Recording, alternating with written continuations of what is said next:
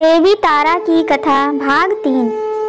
राजा स्पर्श ने ज्योतिषियों से कन्या की कुंडली बनवाई। ज्योतिषियों ने राजा को बताया कि कन्या आपके लिए हानिकारक सिद्ध होगी, शगुन ठीक नहीं है, अतः वो उसे मरवा दे।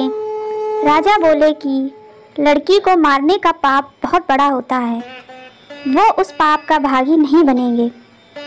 तब ज्योतिषियों ने विचार करके राय दी कि राजा उसे एक लकड़ी के संदूक में बंद करके ऊपर से सोने चांदी आदि जड़वा दें और फिर उस संदूक के भीतर लड़की को बंद करके नदी के प्रवाह करवा दे।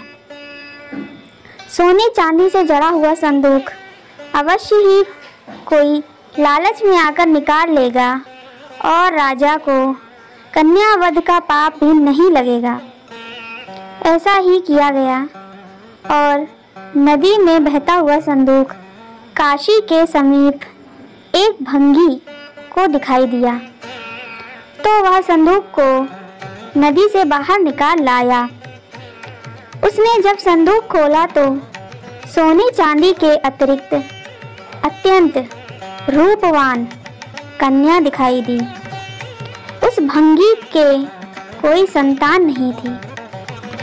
उसने अपनी पत्नी को वह कन्या लाकर दी तो पत्नी की प्रसन्नता का ठिकाना ना रहा।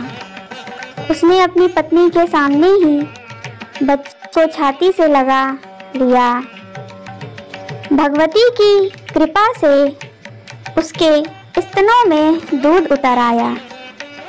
पत्नी पति दोनों ने प्रेम से कन्या का नाम रुक्को रख दिया।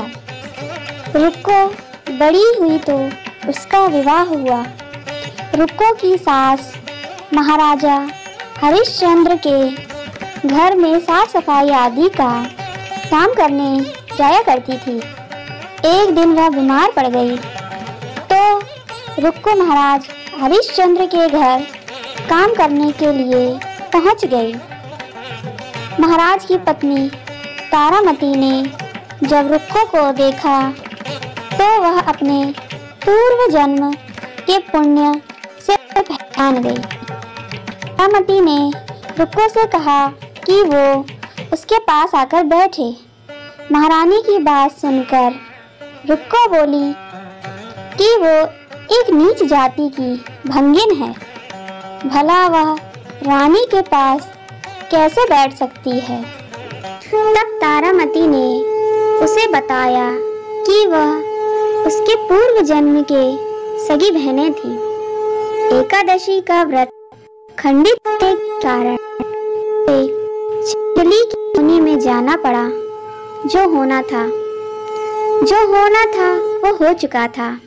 अब उसे अपने वर्तमान जन्म को सुधारने का उपाय करना चाहिए और भगवती वैष्णो माता की सेवा करके अपना जन्म सफल बनाना चाहिए। यह सुनकर रुक्को को बड़ी प्रसन्नता हुई और जब उसने उपाय पूछा तो रानी ने बताया कि वैष्णो माता सब मनोरथों को पूरा करने वाली हैं। जो लोग श्रद्धा पूर्वक माता का पूजन व जागरण करते हैं उसकी सभी मनोकामनाएं पूर्ण होती हैं। रुक्को ने प्रसन्न होकर माता की मनोती मानते हुए कहा कि यदि माता की कृपा से उसे एक पुत्र प्राप्त हो जाता है तो वह माता का पूजन जागरण करवाएंगी। माता ने प्रार्थना को स्वीकार कर लिया। फलस्वरूप 10वें महीने उसके गर्भ से एक अत्यंत सुंदर बालक ने जन्म लिया, परंतु दुर्भाग्यवश रुक्को को माता का पूजन जागरण कराने का ध्यान न रहा। जब वह बालक 5 वर्ष का हुआ तो एक दिन उसे माता मतलब चेचक निकल आई। रुक्को दुखी होकर अपने पूर्व जन्म की बहन तारामती के पास आई और बच्चे की बीमारी का सब वृत्तांत कह सुनाया। तब तारामती ने पूछा कि उसने माता के पूजन में कोई भूल तो नहीं हुई। इस पर रुक्को को 6 वर्ष पहले की बात याद आ गई। उसने अपराध स्वीकार कर लिया। उसने फिर मन में निश्चय कर कि बच्चे को आराम आने पर जागरण अवश्य करवाएगी। इसी के साथ ये कथा समाप्त होती है। माता रानी माँ वैष्णो आप सभी के जीवन में खुशहाली और सुख प्रदान करें। अगर आपको हमारी ये कथा अच्छी लगती है तो प्लीज़ वीडियो को लाइक ज़रूर करें। धन्यवाद।